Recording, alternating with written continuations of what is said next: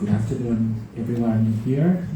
Welcome to the seminar and book launch for Thailand Contestation, Polarization and Democratic Regression. This is the latest book published about Thai politics by Dr. Rajat Kongkirati.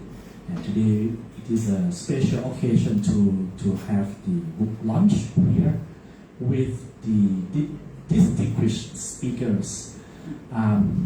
First one, I really want to introduce. He has written extensive works on Thailand. I think the student of Thai politics here familiar with his name. Professor Duncan McCargo. He's the President's Chair in Global Affairs at the Nanyang Technological University in Singapore. And the second speaker, I think this is a must. He wrote a book that a must read for Thai students, especially on the Thai history. And we are very pleased to have him here. Please welcome Dr. Chris Baker.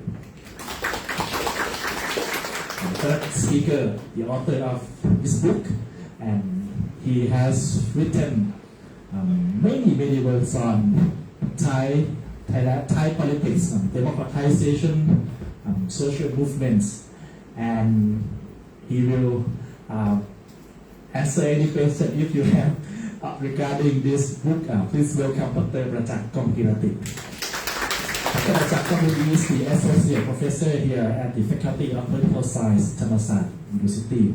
So the first round, I would like to invite our two speakers to have a comment. Why this book is a must read for the student of Thai politics? I would like to start from Professor McCargo, around 20 minutes. The floor is yours. Thank you so much for that. Is this on? Can you hear me all right? No, it's not on. Does it seem to be on? Okay.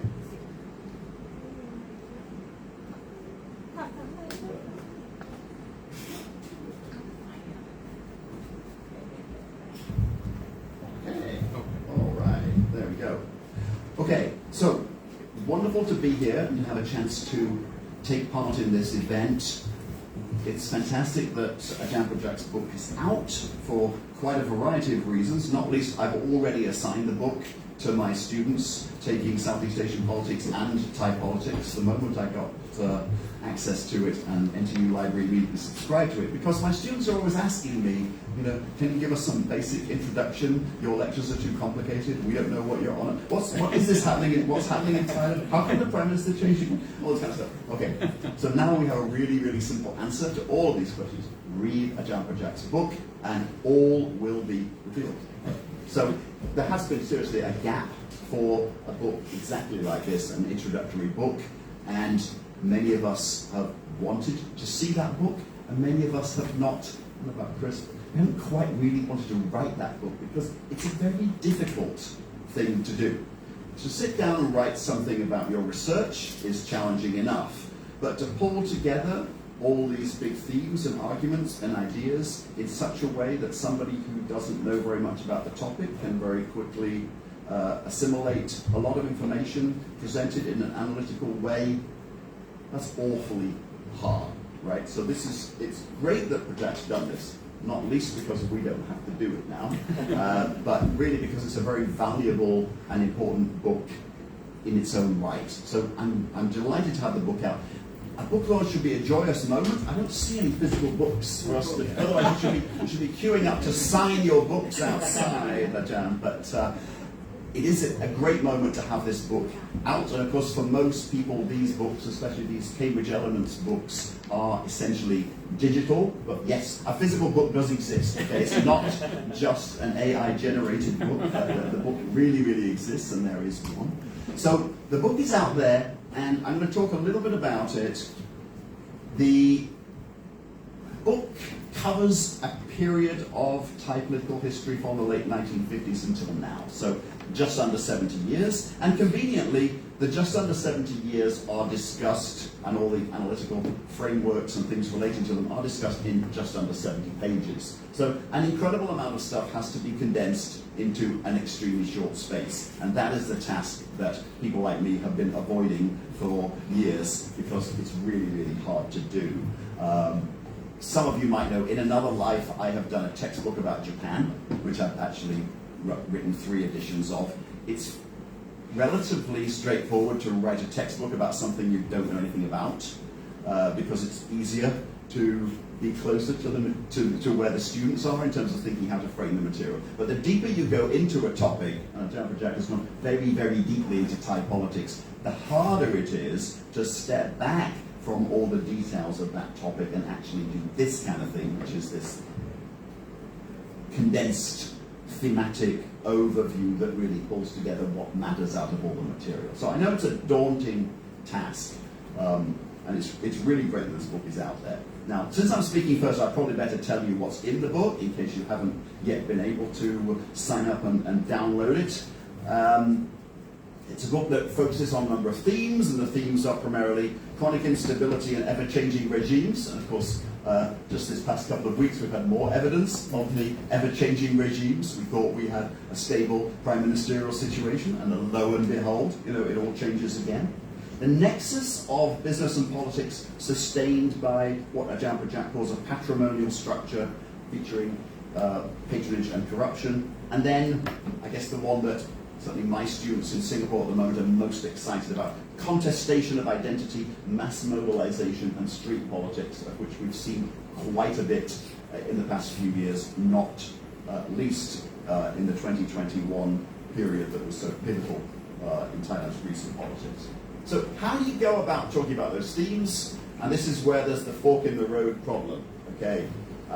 Some of us might have been tempted to organize the book around the themes, and the other choice, Ajahn Prajack's choice, is to tell a story, a historically informed narrative going period by period. So that's what he's done. It's probably clearer and easier for students. But this is the dilemma that if you're going to write a textbook about something, this is the dilemma you face. Are you going to write about a set of themes, or are you going to tell a story? Because if you tell a story, the danger is you might get lost in some of the details, which is quite easy to do, given the number of details that we've got here. So what Ajahn Prajack has done is carefully steer away from giving us laundry lists of prime ministers, coups, street protests, and so forth, and tried very hard to keep with the big picture. So there's a short introduction, a short conclusion, and then 4 core chapters. One is on consolidation, contestation, and co-optation, the Royal Military Alliance and its opposition. Then economic crisis, national political restructuring, and local power reordering. Wow, that's a lot. That's 97 to 2006. Then we have political crisis, polarization, inequality, and violence. And then the last substantive chapter is the struggle for new political order since 2014. So that's what's going on in the book. And as you can, just hearing those headings, you're already getting the idea that there's an awful lot of material to be dealt with here. Now, what everybody needs at their book launch is a quotable quote. Chris's very last time we did the Future Forward book, Chris gave us these fantastic quotable quotes that we had posted all over the NEAS website. So what you need is a quotable quote from this event. So here goes. A masterful overview of Thailand's politics during the past 70 years. A must-read book for everyone who wants to understand Thailand today. Okay.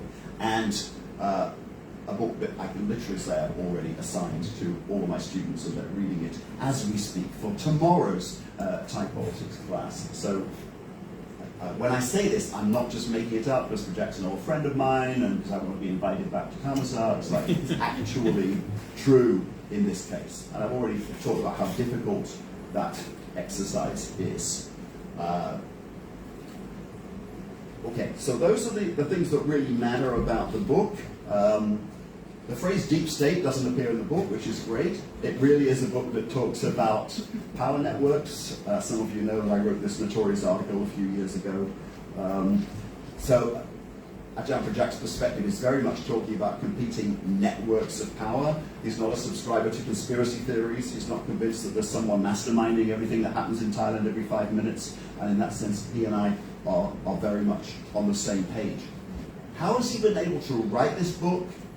Well, of course, I think most people in this room are academics or flirting with academia, so you know that actually, even before we read the book, what do? We go to the bibliography, first of all, to see what's in it, and then also to see who else is in it and how the argument of the book has been built up. And what you see from the bibliography of the book is all of the articles and chapters and things that Project himself has written, and how actually this book here summarizes, synthesizes arguments that he's made elsewhere. So often you're thinking we need a bit more of that, but the answer is there is more of that, it's just in another source that can't be squeezed into this book.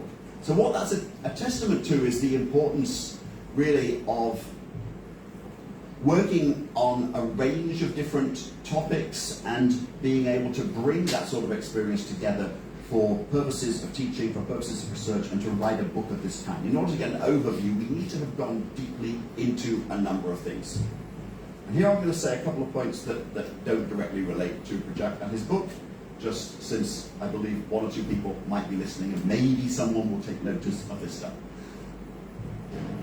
One of the great things is that Project was able to come back from doing his PhD and press on with his research, partly because he's very good at organizing his time and multitasking and all this kind of stuff. But what I see all too often, not just in Thailand, we see it in many other places, but we see it very acutely in Thailand, is people come back fresh from their PhDs, sometimes abroad, sometimes doing the PhDs here, in Thailand now more and more, start teaching in a place like Thammasat or some other university, and lo and behold, they're told two things. First, everything you wrote in your PhD thesis can't be published because that doesn't count for your promotion. Right, okay, please, if anyone's listening, this is the most idiotic idea, which bears no relationship to how academia is done in Denmark, the United States, Singapore, or the United Kingdom of Great Britain and Northern Ireland, all four countries of which I have taught in. Okay, this is not how it should work. Please get rid of this rule, because what we need people to do when they come back is to take stuff on their PhD, and that will be the starting point for them to get stuff published and get socialized into a research-oriented academic career. Because otherwise what happens is, teaching quality assessment, the new Ajahn just arrived, please take care of all this bureaucratic nonsense, okay? Piles and piles of paperwork relating to stuff like this. And we see this over and over again. People's academic spirit is being crushed and killed under a weight of paperwork. What happened in the UK is they brought this nonsense in, we said we're not having any of it, and we got rid of it, basically. Teaching quality assessment still exists. It floats up in the air at the university level. We're not assessing individual courses. Individual lecturers are not sitting filling in forms until midnight. This stuff is also killing academia. So in order for people like Project and those coming up in universities all over the place, especially right here, it would be great if Thailand's great at importing ideas from elsewhere. This particular idea shouldn't have been imported, and now it would be great if people imported what we did in the UK, which is basically to get rid of it, or to turn it into something that's light-touched and much less time-consuming. Because then we would have more people who are in a position to write the articles that would help to inform a book like this, because we need more articles and books and research, and more people are doing this research, which is great. When I started studying Thai politics, there were only a handful of people working on it. The expansion of the field and the rise of new kinds of people making academic careers, especially here in Thailand, is absolutely fantastic. But it would be great if we could turn the tide back on a couple of those points.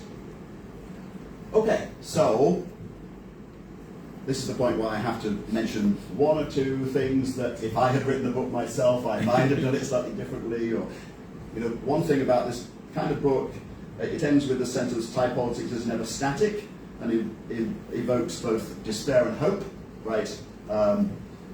Since the book's not really describing a static situation, I think we can assume that Project's going to be in demand to write more editions of this book in the future. So these are things that one might think about. A couple of things where, a different emphasis could be placed. There's quite a bit of reference to urban-rural, and I'm very attached to the idea that the distinction between urban and rural has become blurred in what I call urbanized villages, and other people have used different phrases and different conceptions. So is there a value in thinking about that? My favorite facetious sentence on this is the bedrock of red shirt support or Kurtai support in the past was poor farmers who were not poor and not farmers. Because there many of them in McCargo in the 5 surrounding provinces. So there's a massive discrepancy between where people are registered to vote and where they actually live. I think that complicates the urban-rural thing, which I know you're very well aware of this, but it's the kind of thing that it would be helpful just to signal a little bit of that. Okay, I flew in from Bali last night, so I was looking for references to the south, and there's not very much about that. For me, what happened in the south exactly 20 years ago this year with the re-emergence, it never went away, but the re-emergence of that conflict was very much a turning point in terms of these different power networks coming out to clash. It seems to me that the original clash between what I call network monarchy and the taxing network emerges as a result of differences about how to handle the South and then rolls on from there. So I'd love to have a little bit about that. And there wasn't that much.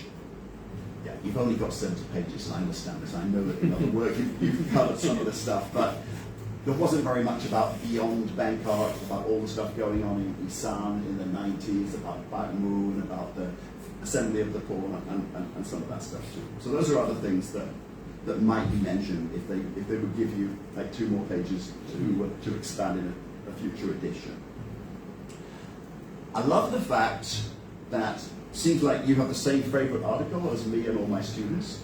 And that's Nancy Bermio's article on democratic backsliding, which for anybody who's talking about democratic regression, there's this fantastic article by Nancy Bermio. And it's great because it all boils down to 3 things. It's a 2016 article from the Journal of Democracy. So she says, what's democratic backsliding? Well, typically it's manifested in 3 things. And you've heard about these 3 things, whether or not you know the article. One is promissory coups where people seize power, say, we're seizing power not because we want to seize it, but because we want to restore democracy and put everything back. Sound familiar? Yeah. And then executive aggrandizement, and the other one is electoral manipulation. And you say that the coups are the really important point, and the executive aggrandizement is less, and you do also say, okay, during the Thaksin period there was executive aggrandizement. For me, that's true. I'm not really disagreeing with you, but since I have to come up with something to say, you could argue that it was the executive aggrandizement after the 2014 coup that made as much difference as the coup itself, because you can have a coup like the one in 2006, which is much less aggrandizing, much less effective, and doesn't really change the game in the same way that the 2014 one did. But also the electoral manipulation, which you then mentioned, is of these 3 things that looms the largest. So you could argue that the coups are, although the coups are the drama and the excitement, the coups are in the long term less important than, say, the electoral manipulation, and that the executive aggrandizement might be given a bit more emphasis than you do. So those are my main thoughts. I'm looking forward to using this book. I'm looking forward to see how the students are going to react to the book. It's going to be indispensable for all of us, and it's fantastic that we have this book. We hope that Thai politics is going to evoke more hope than despair. And you could have written the sentence the other way around. It evokes both hope and despair, which might have read a bit more smoothly, but would have left us with the word despair instead of with the word hope. And I think you very carefully made sure that hope was the last word in the book. So hope, you have the last word, which is that there is hope, and let's hope that there is hope. Thank you. Thank you so much, Professor McCargo, for your insightful discussion. I think it makes especially our students to want to read this Ajahn Prajak's book for sure. And now we turn to Dr. Baker. Same question. Why is this book a must-read for students of Thai politics? Please. Thank you. Thank you very much. I must thank Dr. Sahat very much for this invitation. an opportunity to come and say something nice about Prajak's book. As you've just heard, we've been told we have to say something nice about it rather than really to say anything else. I also have to say that I knew Duncan would take this away, but the best line in the book is the last line. Whichever way you put it round, I mean, he sort of, the conclusion, he sort of messes around a little bit, saying, not quite sure how to end this thing, and then says, Thai politics is never static and evokes both despair and hope. Now, you could say that since he wrote that line, quite a lot has happened. So I'm going to end my comments today with a question for Jan. You remember in British politics they have a thing called a swingometer. You know, at election they have this thing which goes like this. So on the hope despair swingometer, where are you now? This is a very, very, very important question. Now, I looked at the book in a slightly different way from Duncan, and it seemed to me that the basic question is, why is politics, Thai politics, such a mess, and why is it still getting worse through this period? And it seems to me Ajahn Prajac has three sort of planes of argument in here, which are not given the same way, but they add up to me to his total argument. And one of those is a political economy argument, one is a pol-sci argument, and the other is ideology. I'll just briefly summarize those.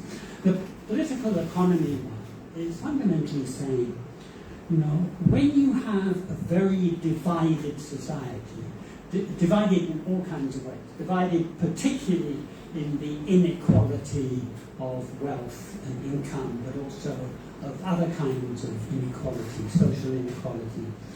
When you have such a society, it has an intrinsic instability because people do not identify generally with one another. But I am not the same as those people. I mean, everyone feels that way. And this makes it very easy for all kinds of different kinds of political tension to erupt into serious political conflict. So I think this background and this very extreme inequality is a very important part of the analysis.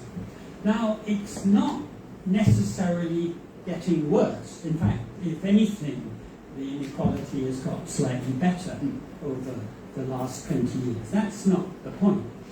It's the awareness of that inequality to the people in the society that counts, not the numbers. And that awareness has changed, to me, very significantly as the society has become more urbanized, as Duncan was talking about. And this is a major change in the last 20 years. And as the media space has become much denser. So people are looking at one another, whether it's on the street in Bangkok, whether it's because you're a motorcycle driver sitting in the exhaust of the Mercedes in front, or whether it's because you can see the spectrum of the society portrayed in the media all the time. So the awareness of inequality has increased enormously. And another point which is important, and I think Ajahn Prajac does this very well, it's not so much, or even mostly, the resentment of the people at the bottom of the people at the top who are better off. It's actually very much about the fear of the people at the top that they could lose their power and their privilege and their advantages if democracy expands and people become more equal. And I think that has been very obviously a very significant part of the political conflict here in the last 20 or 30 years.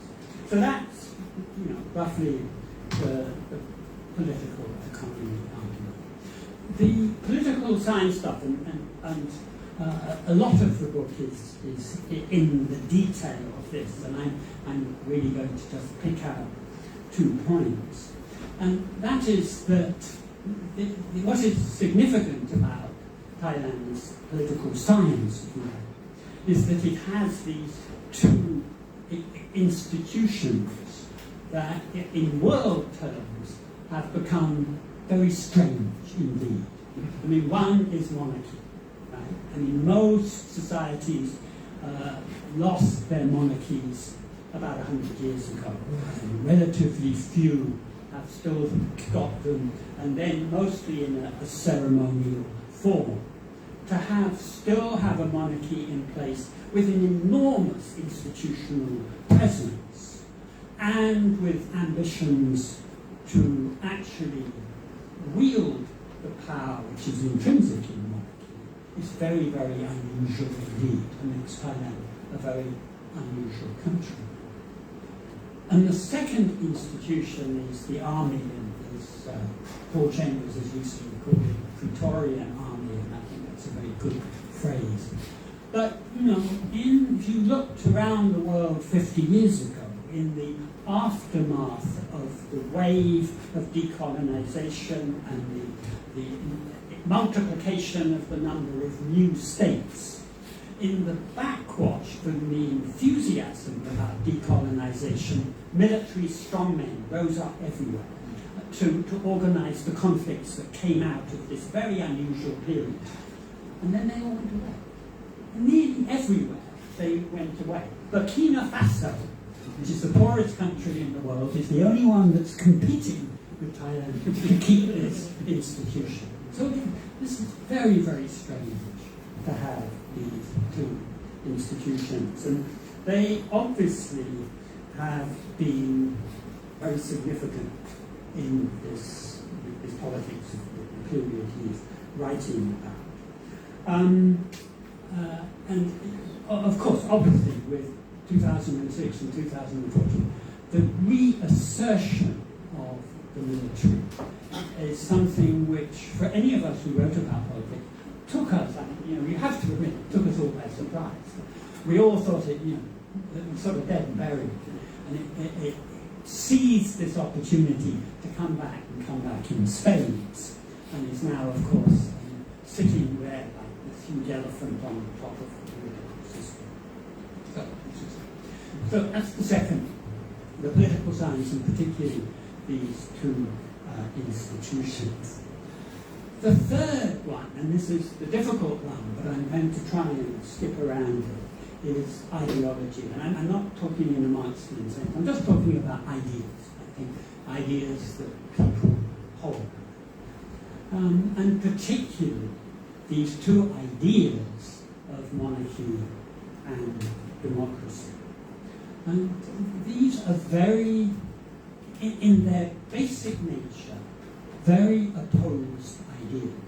Because ultimately monarchy is saying that all power belongs to one man, or one family, or one clan. Right? So it's the ultimate power inequality. And democracy as a theory is exactly the other way round. It's contending that in theoretical terms, everyone is equal. Power is equally shared out. And even though, of course, in practice that becomes very, very, very qualified, the theory is that every individual has a chance to assert themselves in the decisions of who rules the country. So wherever monarchy and democracy coexist, there has to be a negotiation between these two ideas.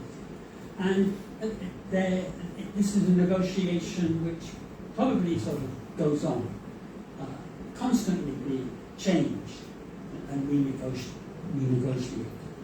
I mean, even in the countries of Europe where the power of their monarchies disappeared mostly at the time of the First World War, or immediately after that, you still see these little negotiations going on about the end part of their power.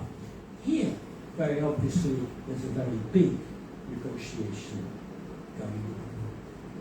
And two things have happened over the period of Plutarch's splendid book, which make this quite extraordinary. One, obviously, is the greater assertion of democratic ideas, democratic aspirations.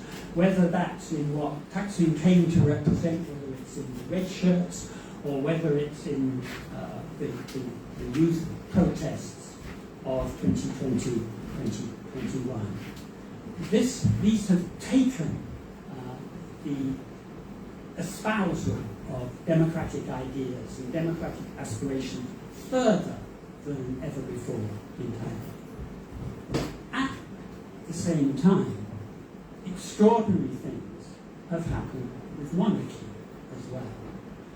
First, with monarchy as a concept kind of floating free at the end of the 9th reign, and the imagination of kingship as a moral force, which was something you could use to oppose the immoral forces of parliamentary politics.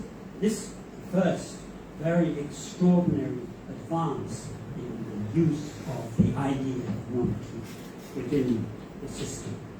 Then and again, as Jamshak says, wonderfully, Suket and the PDRC was quite remarkable in that it wasn't, as most of these movements, Duncan was saying now, just let us have a Kuruma democracy back together. They said, no, let's get rid of this thing, utterly and completely.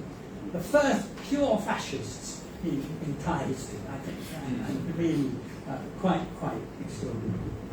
But what has then happened since then is probably even more extraordinary, and that is what has happened since the succession, where the institution has become very difficult for us to judge what's happening, and very, very difficult for anyone to write about in public.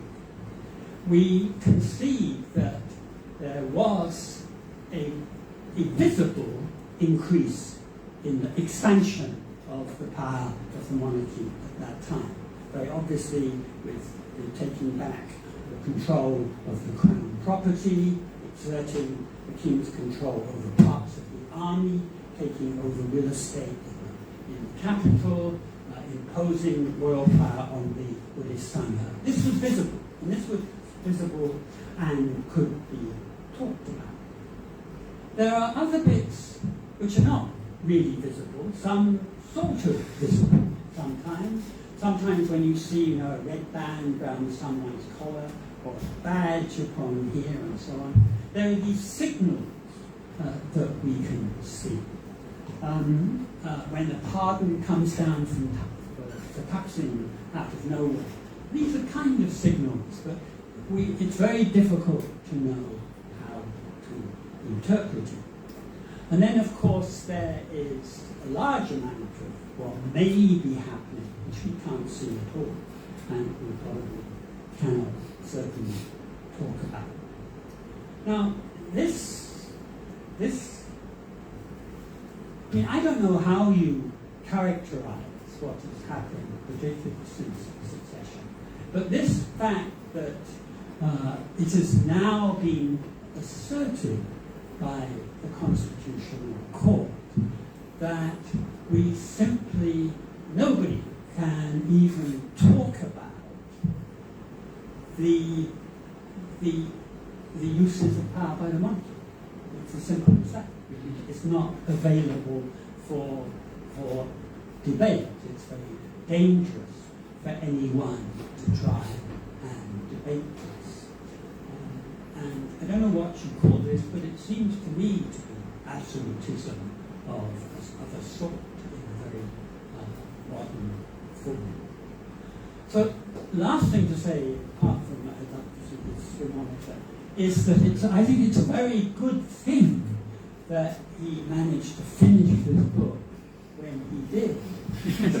I'm not sure anyone can write it again. Or, put hand on heart and think you are really presenting a picture of what is now going on in Thailand. Is that possible now? Thank you. Thank you, Mr. Speaker, for your thoughtful remarks, both in terms of theory and reality of Thai politics today. Now it's time for our author of this book to respond to our guest speakers, and with the same question, Ajahn, why is this book a must read for students of Thai politics? The floor is yours.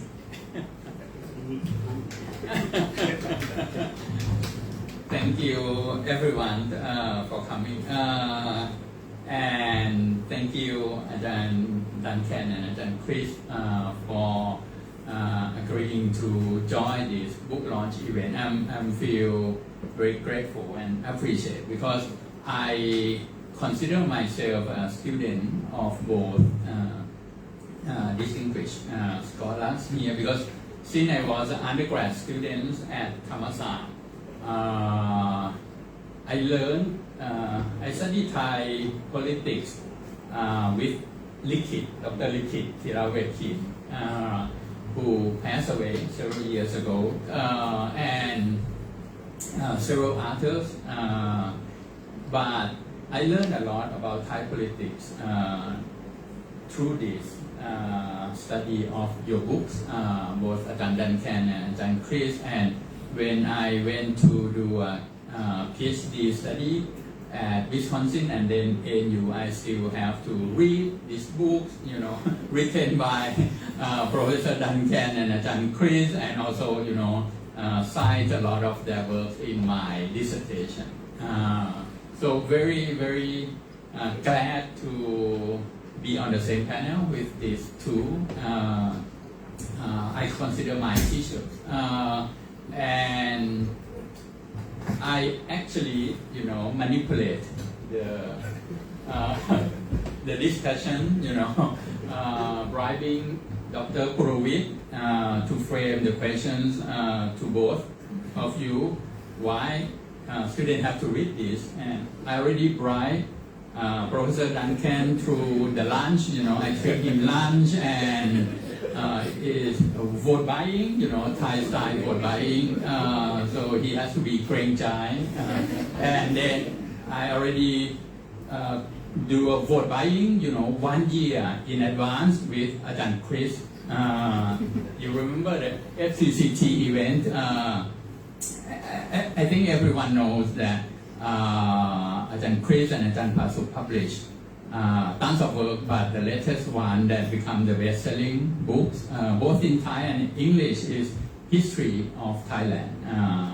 The English version published with Cambridge University, the same university press that I published this book, and then the Thai version with Matichon, which is this book are going to be translated and published in Thai version by Matichon also. So I follow Ajahn Chris' path, copy him, and last year Ajahn Chris and Ajahn Pasuk invited me to join their book launch event. So I said all the nice things about the book, History of Thailand. So that's the story behind, I didn't plan to say much about the book, especially I don't plan to summarize all the argument in this book, because by doing that, no one gonna buy my book anymore. It's like a movie, you should not spoil, right? But the ending was spoiled already. But on this point, when I write this book and when I have to write a conclusion, it's the most difficult part, and especially the last paragraph, right? How you end this book by not predicting anything and saying anything that gonna prove that you are wrong, right? In the next few months, right? Because Thai politics is like a roller coaster. I remember Ajahn Anek Lao Thamatat told me, I also student of Ajahn Anek when I was undergrad student. He told me that, okay, don't do this. When you do PhD dissertation, don't predict anything. Don't say anything in definite terms, because when he wrote dissertation at Columbia, he ended his book by saying that Thailand moved beyond the coup already. The 1991 coup will be the last coup for Thailand, because at that time he want to assert the argument that now business association very strong and involved in a decision-making process. So Thailand at that time is no longer bureaucratic polities, not dominated by military force, but by the so-called liberal corporatism framework. Just a few months after dissertation, finished, then the coup, right? So I end this book with something very vague, it will be true always, right? It's like a religious statement that both Ajahn Chris and Ajahn Duncan already mentioned about, Thai politics is never static and evokes both despair and hope. Right? I insist with the editor, you can edit any sentence in this book except this one. Please keep this the way it is, because I want to end this book, supposed to be textbook, scholarly book, but I want to end with some polemical, statement, kind of. I want to end the book with hope, don't want students to read, history of Thai politics and then, doom, this country is, we cannot do anything about this, political upheaval, conflict, and then democratic backsliding, which is, it is all this happening, right? All the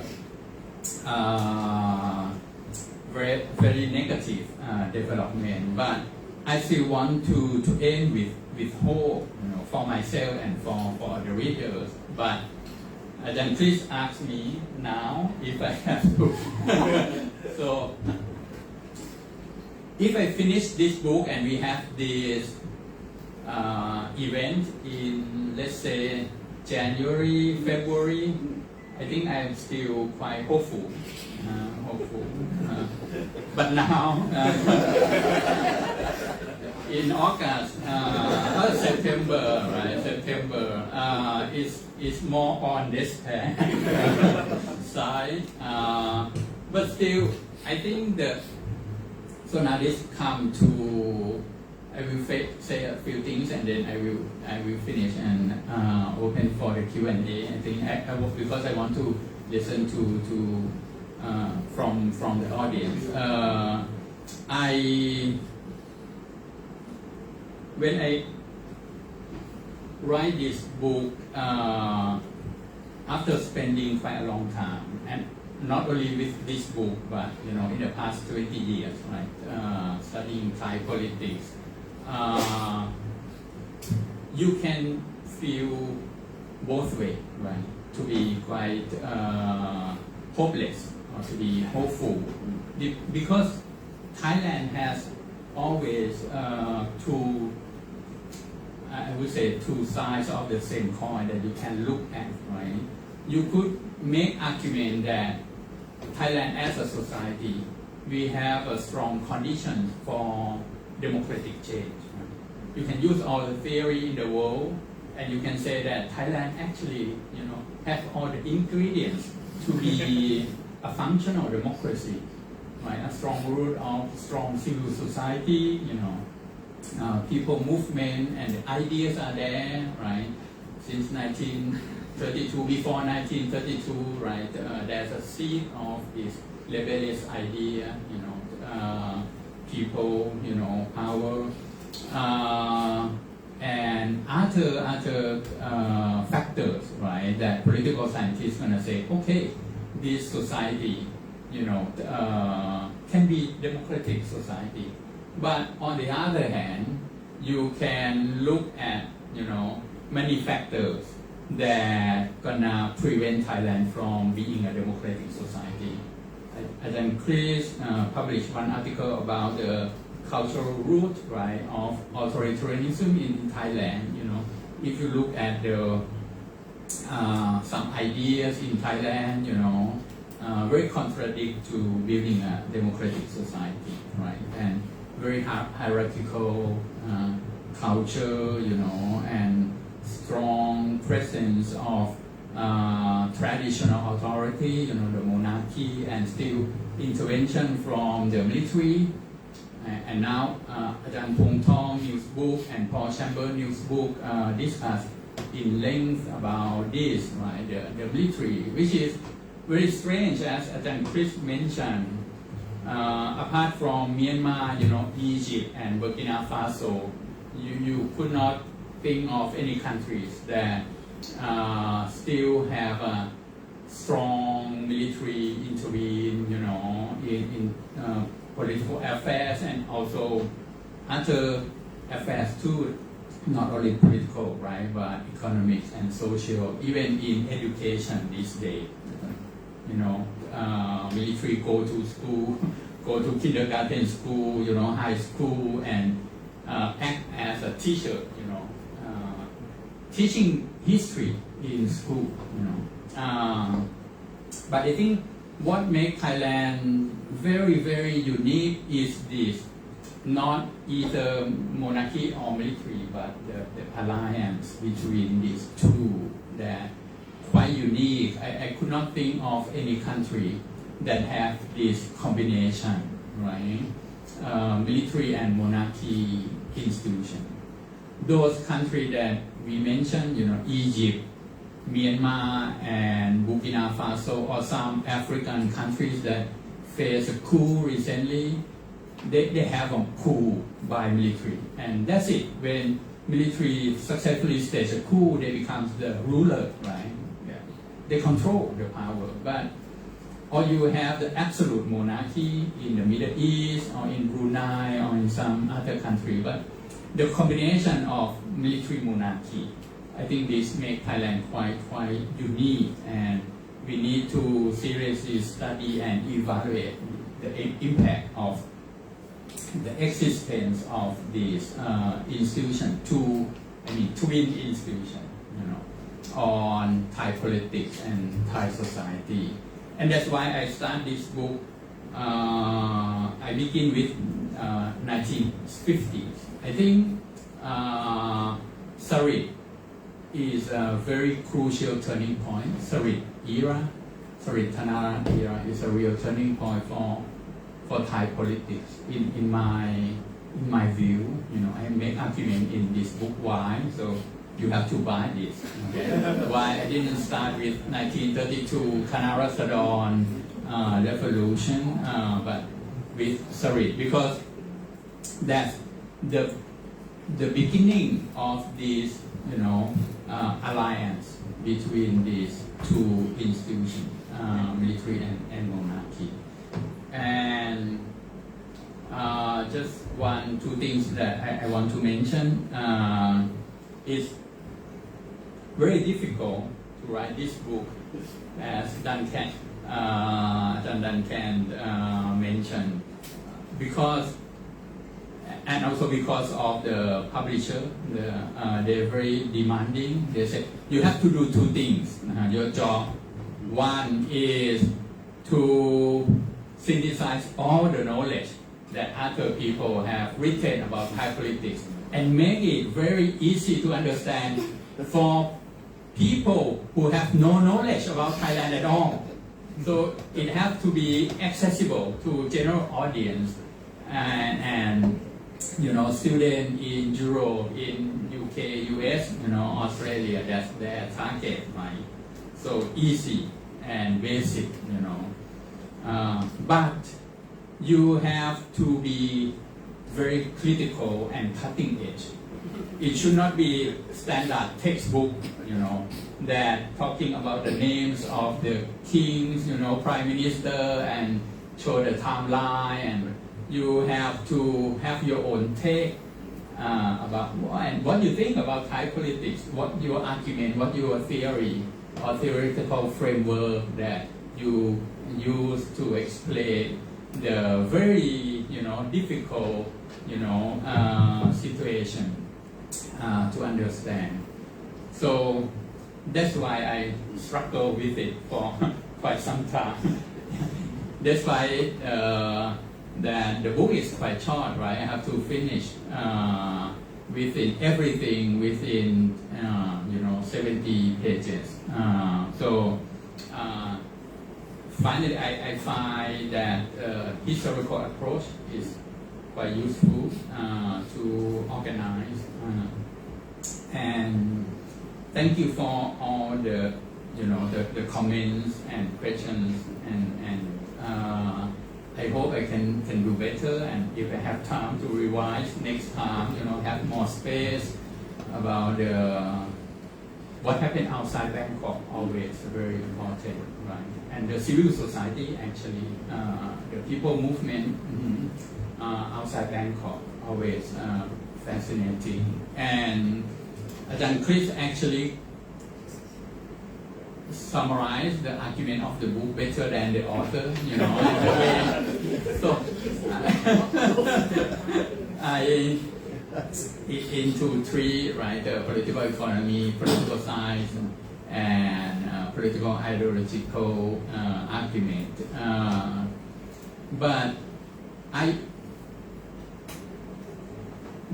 want to look at both the elite and the way elite, control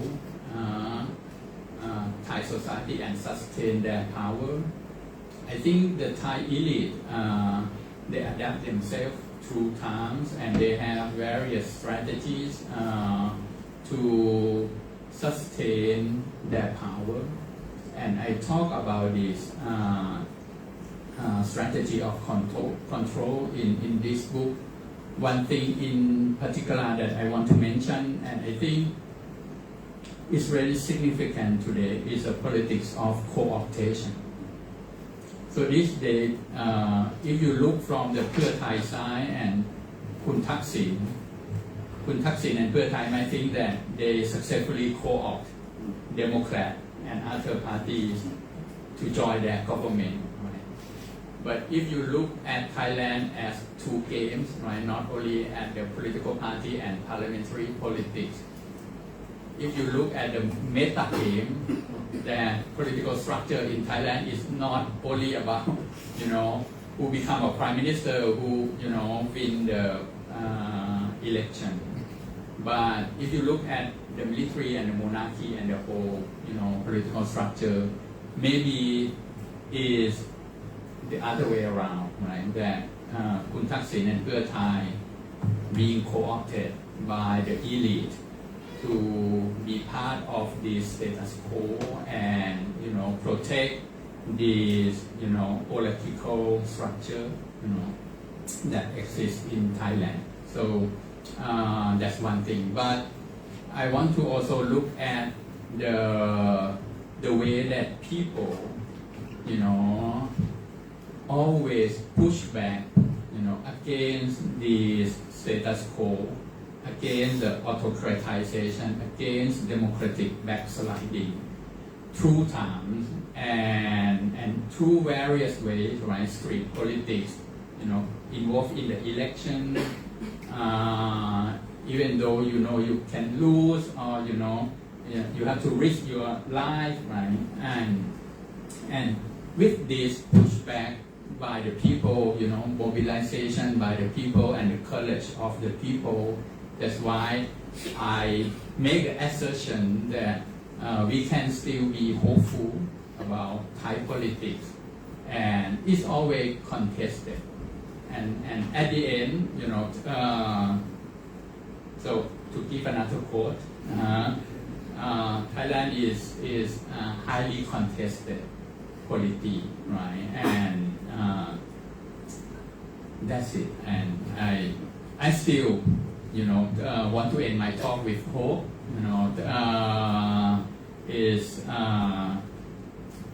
Yes, very, very grateful to have both of you and also the audience coming today. So that's all I want to say for now. Okay, and I think we should have a discussion. Thank you very much for your contribution to this book. I just read it again this morning, and I believe that your book, meets the publisher demand. It's very simple, very comprehensive. What you need to know about politics is like Thai politics 101. And I believe that this book is a good starting point to read other major works in Thai politics. Okay, I think we have plenty of time for this discussion. If you have any question, comment, please raise your hand and turn on the microphone, please. Yes, please. Thank you for your wonderful panel discussion. Just to pick up on, before I go to my question, about the meta-politics. A former colleague of mine, I used to be at the Australian Embassy, Susanna Patton, wrote something in Lowy Institute the other day about the change of Prime Minister here. And a nice way she put that was that a clear-headed list of the 10 most important people in Thailand would not include the Prime Minister. Which I think is another way of capturing what you were saying then. But what I want to do is something which you've all studiously avoided doing, and I want you to make a prediction. And that is that the other day we had the Foreign Correspondents Club, a discussion on Thai politics, and Professor Titinan talked about the current situation and made a parallel between the absence of public protest following recent events, and he compared it with sort of sitting in Bangkok's traffic. It doesn't move, there's people breaking the law, weaving in and out, but no one honks their horn, no one reacts in a sort of an animated way, I suppose. But I have been thinking a bit more about what he had to say. You can see the logic of it. But I think those people sitting in Bangkok's traffic would react very strongly if the authorities said, we're going to take away a car of half of you. Half of you, no one can drive a car. And to take that forward, my question is about the next election. If, as the next date of the next election draws nearer, and if it looks likely that the successor party to move forward will go close to, or perhaps get, a majority, will efforts be made to prevent that election happening, to somehow thwart that election? And if so, how do you think the Thai public, the Thai electorate will respond?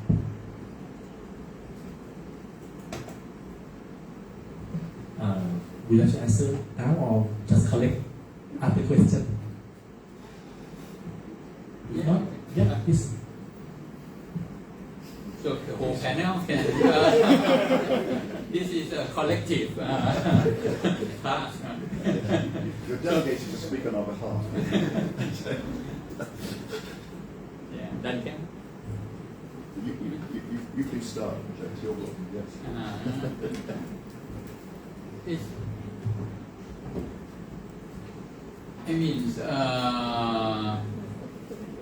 So you have two basic, tools, right?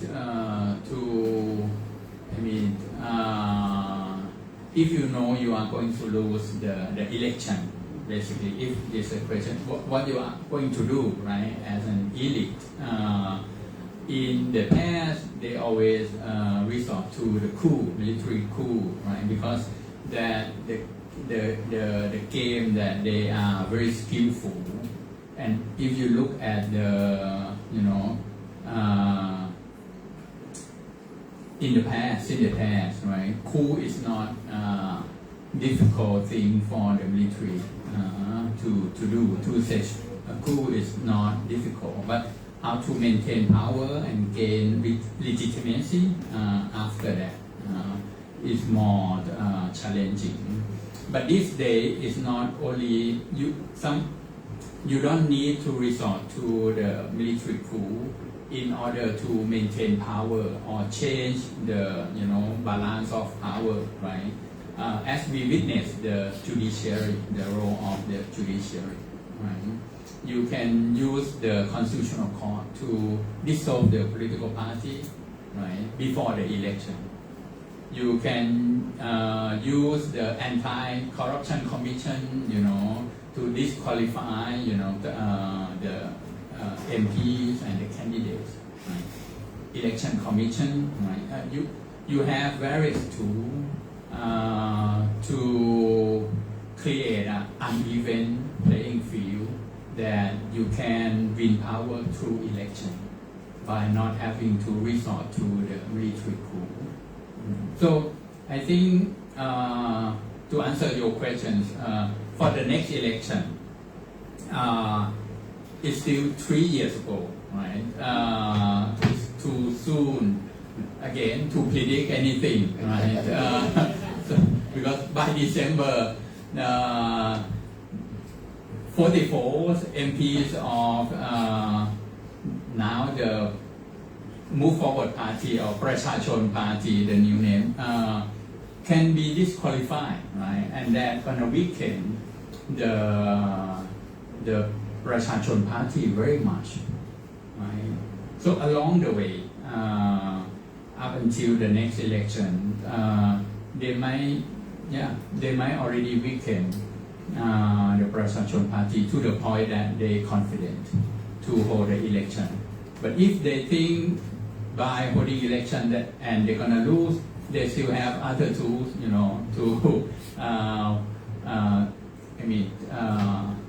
to distort the view of the majority, as we witnessed last year, right? That you can change and manipulate the election result and form a government that's safe for the elite, right? Because the only way that, as I see now, for Prachachon Party to gain power is to win landslide and form a one-party government, right?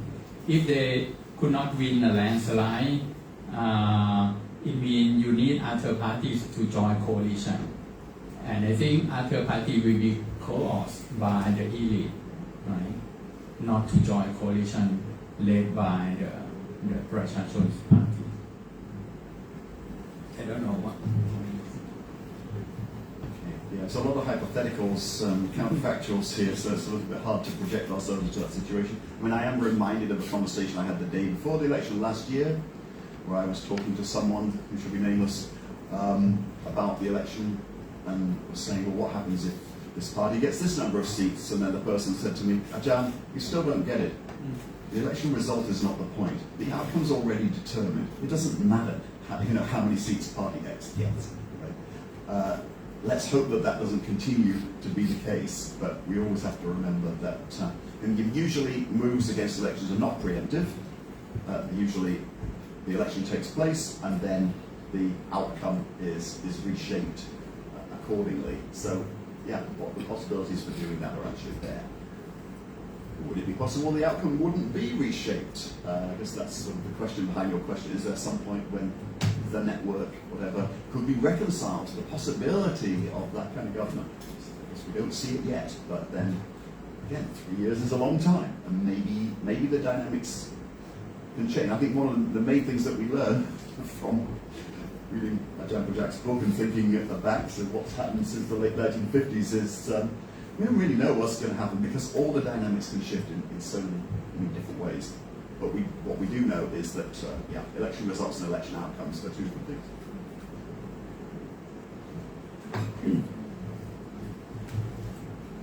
This reflects on Ajahn Brajak also talking about how he ends the book.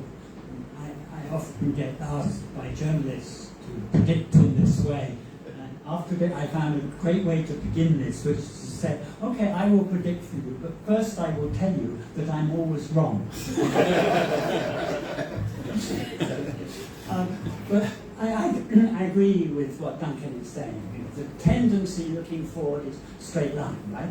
And when you look back in Thai politics, it's, you know, like this.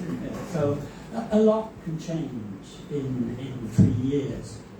The personnel is going to change. The people in the room, if you like, are going to change in ways. Are we sure the judiciary is not internally in turmoil? I mean, I've had people talking to me, you know, who are, you know, saw the 134, which came on amongst them, coming out and rejected. Yeah, it was a very, very powerful statement, and I think very, very important. And just as, you know, a sort of aside to I noticed that the day after the second constitutional court ruling, the schoolgirls were wearing the white ribbons again. I don't know if you noticed that, which we haven't seen for a couple of years. There's a lot there under the surface, and I think, which is more or less what Duncan is saying, is that it's quite likely going to get much more difficult to manage the outcome of the election. I think it's going to be very, very difficult.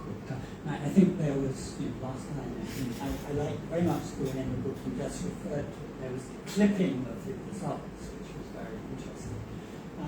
But to have a major manipulation of the result. I mean, maybe General Pawit is sending his people off to Venezuela right now to study how to do this. I think it's going to be quite difficult. Thank you. Any other questions? Yes, please. Thank you for the good presentation. It's very useful. I have a question regarding what you say about Sarit. I was quite agree with you about the fact that Sarit is very important to understand what is happening in Thailand and about the power structure. Still, the Kanarasadam is still a huge memory for Thai people, especially now we see with the People's Party. And I was wondering if to focus too much about military, about Sarit and about power structure can lead to more desperation than hope for the reader and to understand Thailand for the future students.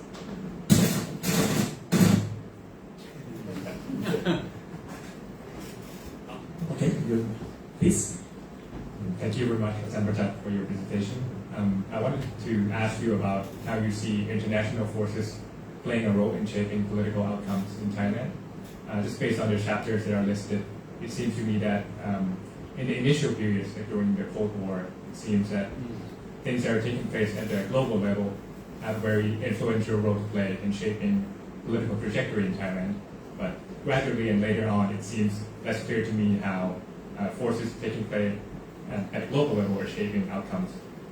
Is Thai politics becoming more or less self-contained over time, in the sense that international factors don't matter anymore, or is it something else? Thank you. Yes, please.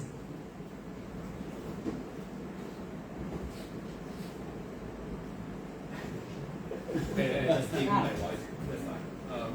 Just asking if later, like toward the end of the chapter and looking forward beyond this, are we having like another political crisis brewing?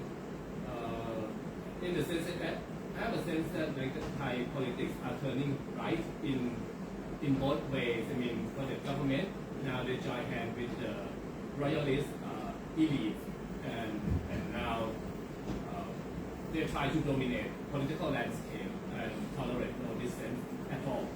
When you look at the senators, you look at in the House, right?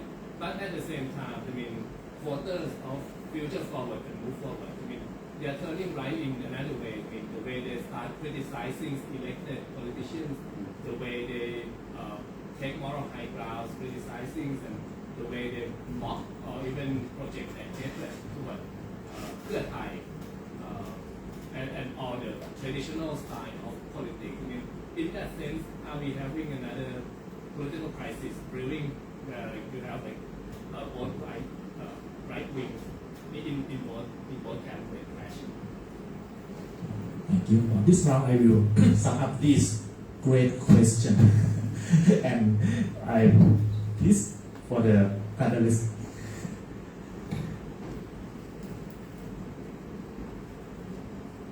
Yeah. Maybe for you. But you can help. You can help. Oh, yeah, good point and great questions. Now it feels like I can write the second edition of the book already. Answer อาจารย์เข็มทอง first. I think we can see right on the horizon that the new round of conflict is brewing already, and as I mentioned in the books, right, because no one have absolute control over the Thai society, and you have competing networks, and as Duncan mentioned, that to manipulate, I mean, to set a coup is you have to pay a cost, right? To manipulate the election, is also costly day by day, and the way that the elite use the constitutional court and this judiciary intervention is also costly, right? And in the past, why we have democratic struggle, from time to time, we have democratic uprising, we have many coups, but at the same time, don't forget that Thailand is a country that also full of protests, uprising, by the students, by, in the 1970s, alliance between student, farmer, and labor union, right?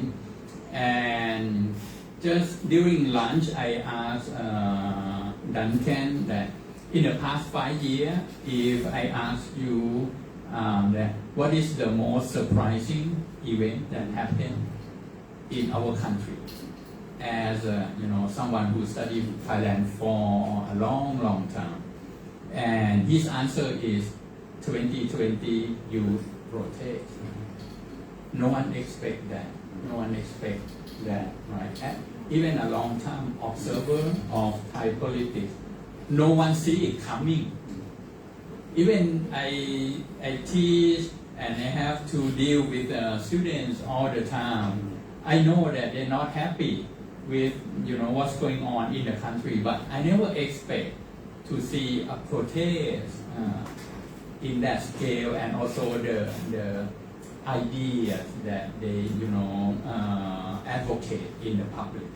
So to answer อาจารย์เข็มทอง by looking back, right, and we just had 2020 protest, right now looking in just the short term, I can see the new conflict. Yeah, but in what form, led by whom, we don't know. I don't think it's gonna repeat the color-coded conflict, but what the new pattern of conflict gonna transpire, who gonna be the actors involved, and what the issues that gonna be used, to mobilize people. Yeah, I cannot answer that yet. Now.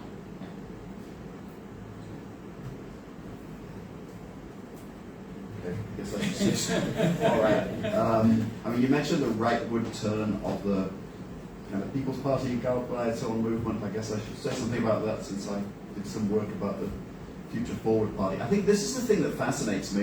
Just this morning, someone was trying to convince me that a good example of a party that would help you to understand Galway, or whatever we're now calling it, that phenomenon would be like the German Green Party, which starts from being a more marginal party and then moves into the mainstream. To me, that's not exactly the analogy, because Thanaton for me has always represented something very intriguing. He's the billionaire with no money. I mean, I literally had to buy him a drink in London because he actually doesn't carry any cash, right? He has his white shirt with his 3 pence. He epitomizes the rejection of consumerism, of people who love consumerism, which is one of the great paradoxes of Bangkok society. So there's a sense in which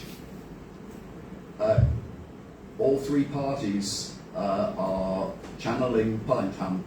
You know, this is where I started with my PhD about Jamong Sima, right? There's a sense in which the politics of virtue, and I talk to I'm doing a lot of interviews and I talk to super conservative people who say, well, of course we hate everything that Pak Prachashon stands for, but they're not corrupt, and we have to give them that, right? So in a sense, they're invoking this anti-corruption, anti-money politics agenda that was partly behind the reformist era of the 1990s. So they are more virtuous than any other party. And this virtuous element is one of the very complicated mix of elements that has been in the whole Future Forward project from the beginning. And maybe it's somewhat coming to the surface now. And then other people turn and say, but they're holier than thou, they're setting themselves up to look down on other people, and you get this kind of backlash against the virtuousness. So a lot of very complicated things are happening with this party, which, like Palangtam, I think is split into different wings. Palangtam was, you know, the temple wing and the other wing.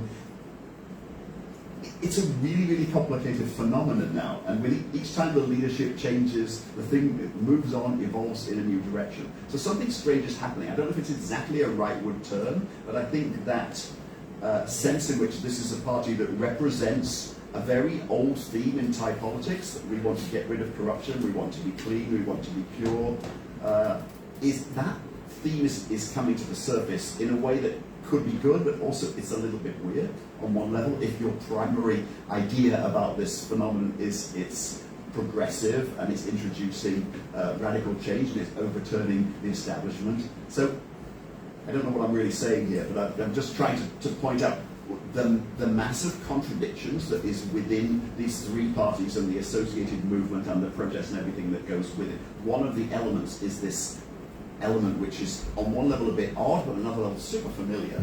We've kind of heard all this before from different sources, as we know. Yeah. And yes, and I for both points, I thank you for Ajahn questions. I think yes. The international factors are very important, and since the beginning, I think Thailand, if you look historically, right, we never be a closed country. So the colonization period, right, shaped very much the way that we view the modern state, right, by the monarchy during Rama V, and then the Second World War shaped the conflict within the People's Party, and the Cold War period very, very much, influencing. Actually, the military monarchy alliance is a product of the Cold War politics. And I think Ajahn Nathapol's books clearly elucidate this in details, in a fascinating way. You see all the actors and the way they local actors in Thailand interact with, the US, various organizations. But in the later period, the fact that I didn't mention or discuss or incorporate these external factors to discuss Thai politics doesn't mean it's not important. Just I run off my work, and pages. Because I think it's quite complicated, but it's important to discuss about this. But it needs, another chapter, okay, to talk about this. I think I mentioned briefly about the financial crisis, and that's the globalization, force that shaped Thailand. Actually, the rise of taxi right, is deal with this and response to this, and also the coup, both coup and especially the latest coup by Prayut, right? I think now when you do a coup, you have to navigate the international politics and the rivalry between the U.S. and the China. Okay, but taking all this into account, it's gonna need a lot more space, right, to discuss. But I think a very important point. Yeah, I think Thailand always shaped by the external factors, international environment, very important.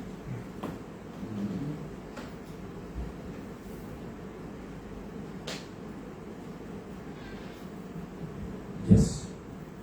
Any other question? Yes, please. Thank you, all three judges on the panels. I have questions about the mass politics or street politics. I mean, in this last almost 20 years, society is very divided and the problem is very difficult to solve. I think partly because we saw the involvement of the people, the mass politics, the rise of the yellow and the red shirts. But the rise of the red shirt and yellow shirts are the power, the basic power of the political party that involved also the royalist elite. They give hope to both sides, for example, such as the red shirt give hope to the Thai party, and they think that by using street politics, it will give advantage to the Thai party. The yellow shirt as well, they hope that the sheer number of the people will be able to, for them to topple the government that they didn't want. But after a series of protests, series of street politics, violence and chaos, people, especially the middle class, are very scared of this kind of street politics. They don't want it anymore. And even, if I remember it, I think at one time, the leaders of the Future Forward Party always said that they don't want to risk the life of the people on street politics. And also, when we see the rise of the youth movement in 2020, a lot of them are being arrested, charged, being in prison. Many have to leave the countries, and no one accountable for them. So they risk their life. So you see that even now we see that the power of the orange color voters that they are. You see that their number is increasing, and they empower the move forward of the People Party right now. But without the show of the people power, say on street politics, I don't see how we going to break the deadlock set up by the elite to infrastructure of power right now. So it's like that we, the people, are being trapped within this dilemma. We don't want to say street politics, but without street politics, we can't break up this deadlock. What do you think?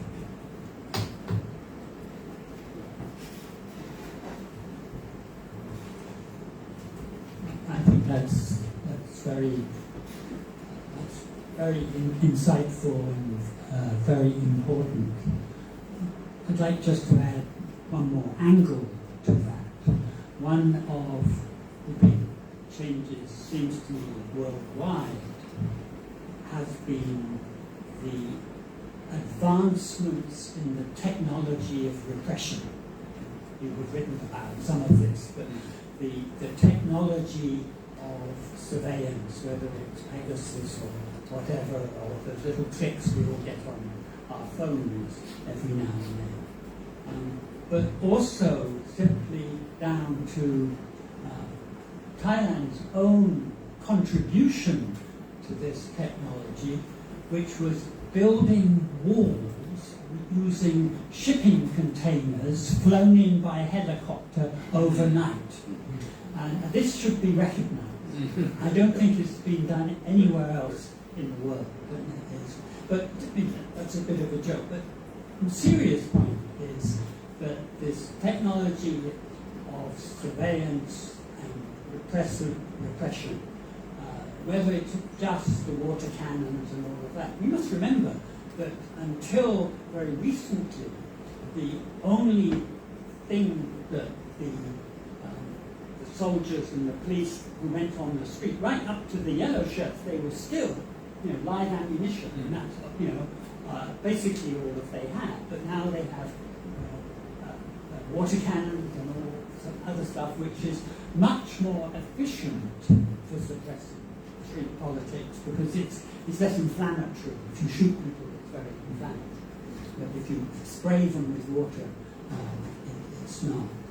So there is this, that's part of this advantage of repression. And I think the other part has been how cleverly the court system has been used to suppress those ideas and enthusiasms and aspirations that came up in 2021 by picking off the major leaders and putting them away for a long, long time. I mean, that has required the cooperation, a very broad spectrum of the judiciary to continue to hand down these kinds of sentences. And it's not really very surprising after this has happened that the enthusiasm for street politics has melted away. The other thing I'd like to say in response to that very good question, think back to these other sort of black times and what then happened. And I'm thinking of particularly after 1976, when you went into what was the most right-wing government you had seen, and you were burning books. And it's the ultimate repressive period. What then happened?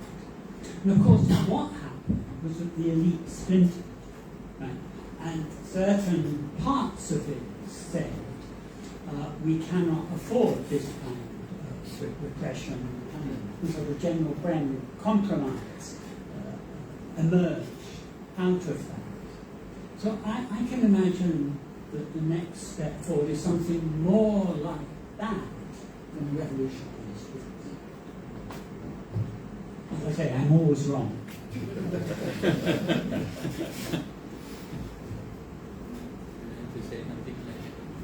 I think,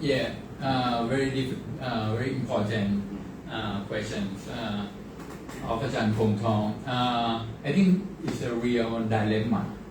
Dilemma is there, and people who want to push for democratic change, I think, confront with this dilemma, both the activists and also the politicians, right? Because we have repeated history of protests being suppressed violently, and people die, right? And sometimes it lead to no change, right?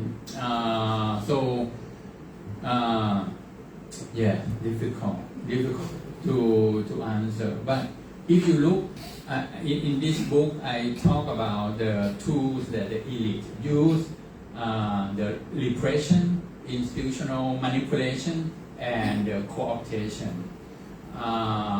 Sometimes we might need to fight with these tools by not resorting to the protest, but have to find other ways.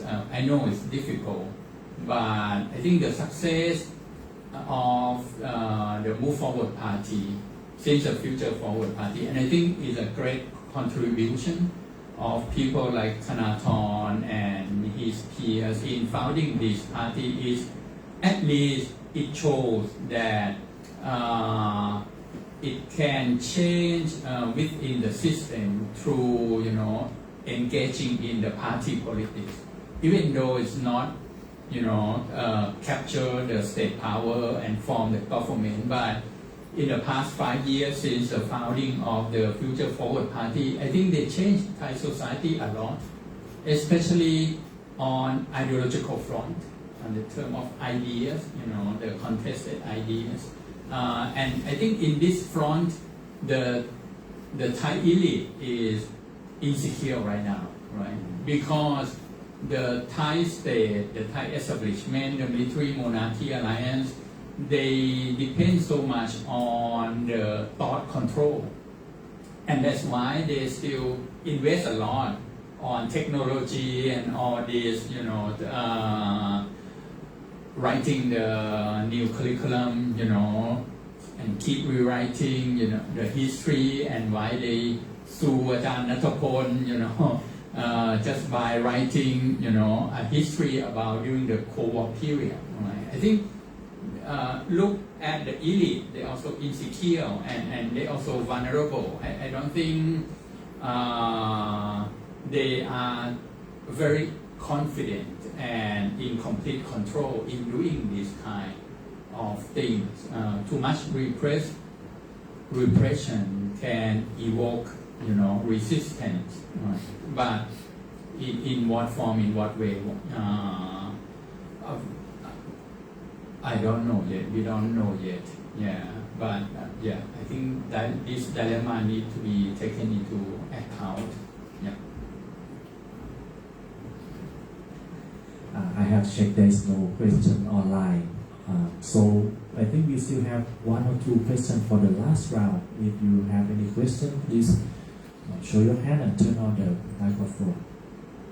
Yes, please. Our student.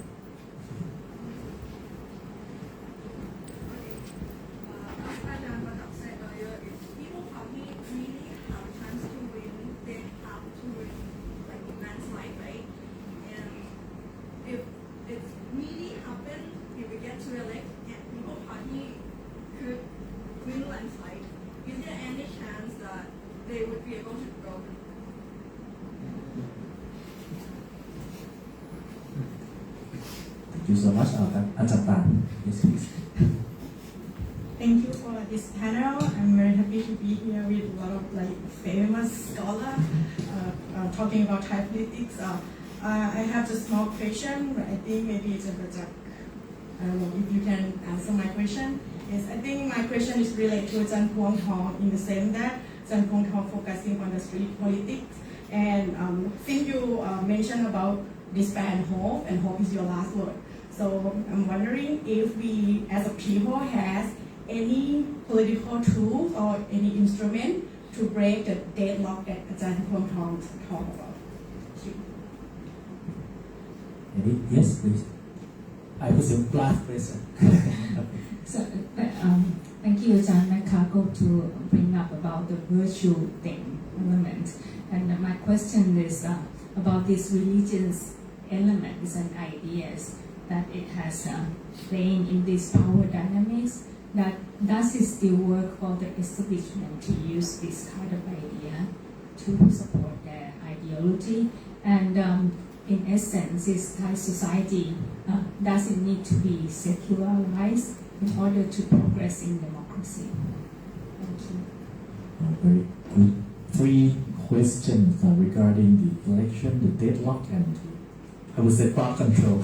How will it work? Okay, and it's time for our panelists to answer.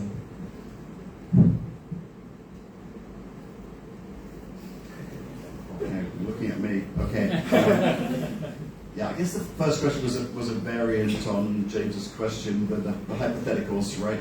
So, if we think about what we've been saying up to now, we've got this choice between despair and hope, right? So the desperate answer is, oh no, one way or another, you know, whatever, if any progressively oriented party wins, then sooner or later everything will be retrospectively fixed in some way and they won't be allowed to govern, right? And the hope is, and Chris was hinting at this when he talked about what happened after 76, I think, that okay, what we see now is politics of deal making. The reason why we have this government is because some kind of deal has been done behind the scenes, whatever anybody says and would like to deny. We know a deal's been done behind the scenes. Is this maybe not a deal, but can some accommodation be reached between elements of the conservative establishment and these progressive forces? Because at a certain point, when Kurotai became so strong that it was impossible for the establishment network to resist it, they had to do a deal with it. If the progressive forces become so strong, is there a moment when the establishment, whatever you want to call it, has to come to some kind of accommodation with those forces because the alternative is not really workable? That would be the optimistic scenario. How it would play out, we don't really know. But I guess that is the ultimate question. And I think that's why there's always talk about we need a landslide, whether that's something that could really happen or not. But it's an aspiration that at a certain point the two sides would have to come, and the two sides would be the real two sides, not Kurotai, who turned out to be playing both sides off for a while. And the real two sides would have to reach an understanding of some kind between them. Could that happen? And the hope is actually probably has to be something along those lines, right? If we assume that neither side is going away, then can they come to some understanding, which is not a shoddy, compromised, messy, fudged deal, but something a little bit more reasonable or decent than that. And then maybe I should just respond a bit to the last bit. I think what's so interesting is, and this is what I was hinting at, and Ken Tong set me off on this point, because, well, I know all about his interests in religion and politics in Thailand too, since I examined his PhD thesis a few years ago. So what I was trying to say is, I think before, so I talked about politics of virtue in some of my previous writings, fighting for virtue, right? So virtue is something that has been monopolized by the conservative side.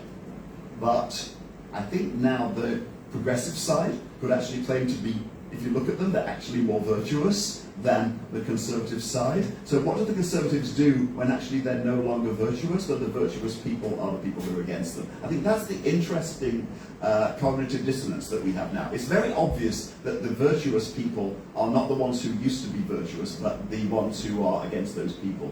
And how do we reprogram our brains to talk about virtue when the people who are against vote buying, the people who are against corruption, turn out to be also the people who are kind of against the existing conservative power structures. So I think a very interesting reframing is going on. How conscious this is on all levels, I don't know. But something absolutely fascinating is happening with the politics of virtue, because it's being redefined as we speak. And that to me creates actually a moment of hope too, because we thought that virtue could be monopolized by one side. And what happens when not only does that side lose its monopoly, but it actually ceases to be credible when it talks about virtue? Amazing, yes. So that could be a source of hope as well.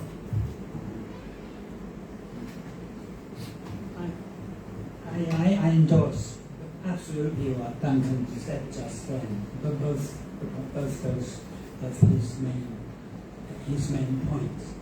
And I think one of the most impressive things about Future for Galgai, whatever we have to have a sort of orange, yes, the orange movement. That's probably the best way.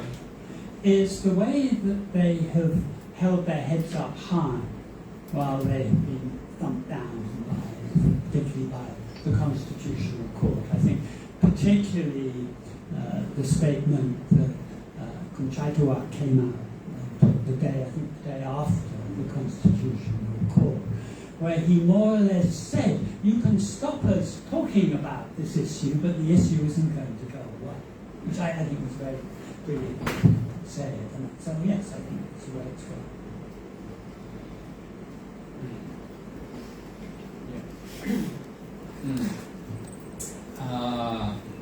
How to break the deadlock and the role of other people. I will answer this by referring to the idea that I gained from one politician. You would be surprised that who is this guy. I would not tell you the name. He's still powerful and can make me in trouble. Very, very powerful. But I think I interviewed him. This guy very interesting. He used to work with Thaksin and then he break away.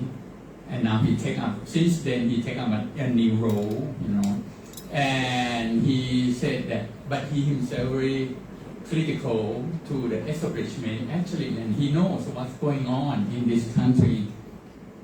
He said,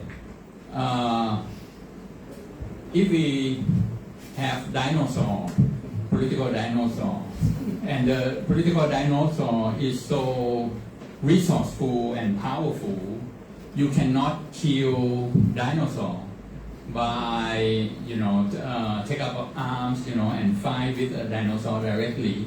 The way that you can do is you create the conditions that finally dinosaur gonna die.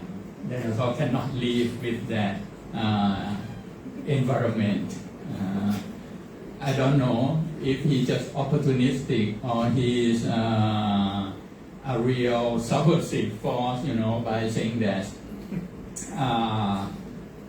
But the same, I think, in Thailand, I think by undermining the legitimacy of the elite, you already, contributing to change, and everyone can be part of this cultural political struggle through everyday life, right? It's a contestation of idea, and as Ajahn Chris mentioned that in Thailand, we're not talking about ideology in a Marxist sense, but contestation of ideas is always at the heart of political change in Thailand. If you look back in the history, right? And that is the seed of hope, right? When you plant new ideas and then you can, convince people, and then you can create the movement, especially when people are not giving up, right? As John Chris mentioned, and Duncan also talk about this, the idea of virtue itself, right? You can, hijack it from the conservative and make it more, meaningful and more progressive. It's the same that the idea of democracy, right, has been highly contested, and always both sides trying to, claim who represent, a democracy, true democracy in Thailand. Right? That again, I talk about the seed of hope, and then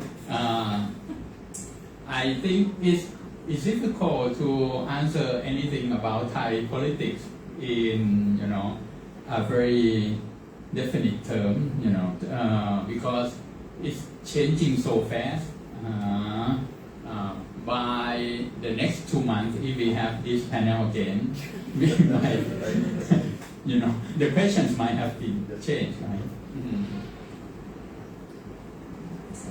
Please. Just want to add something, maybe agree with Ajahn Paul and Duncan about the virtue.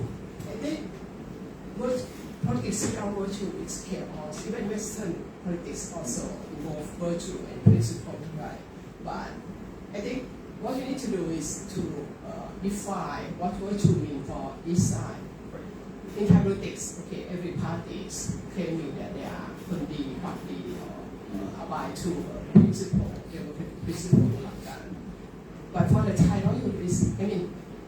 For example, you're talking about the future for the party, say, blaming the other side of vote buying, corruption, that kind of thing, this kind of virtue. So they are equivalent to the other side.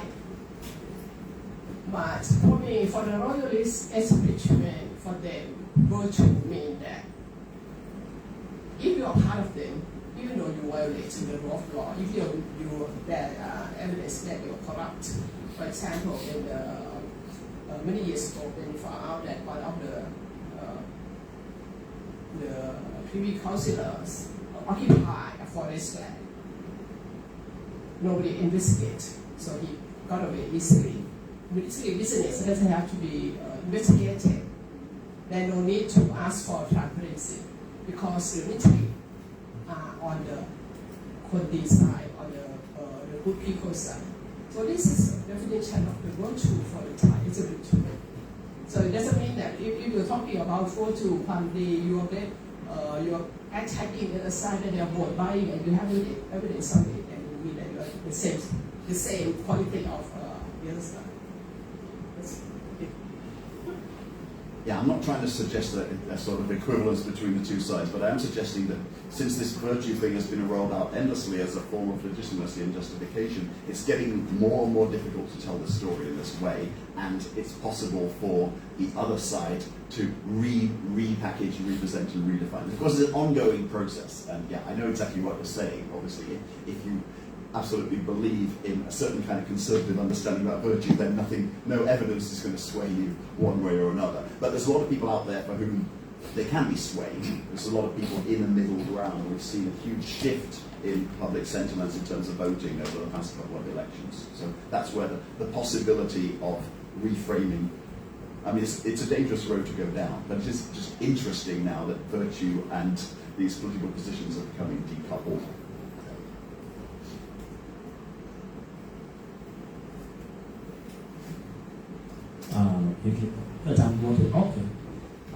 If we don't have any other question, I think we have a very wonderful and engaging discussion this afternoon. And on behalf of Direk Research Center at the Faculty of Political Science, Thammasat University, I'd like to thank you, our distinguished speakers, Professor Duncan McCargo, Dr. Chris Baker, and Dr. Prajak Kongkirati, the author of this book. And I also like to thank you all the participants here. I really appreciate your participation here, and we hope that we will have other opportunity in the future to welcome you in this kind of seminar.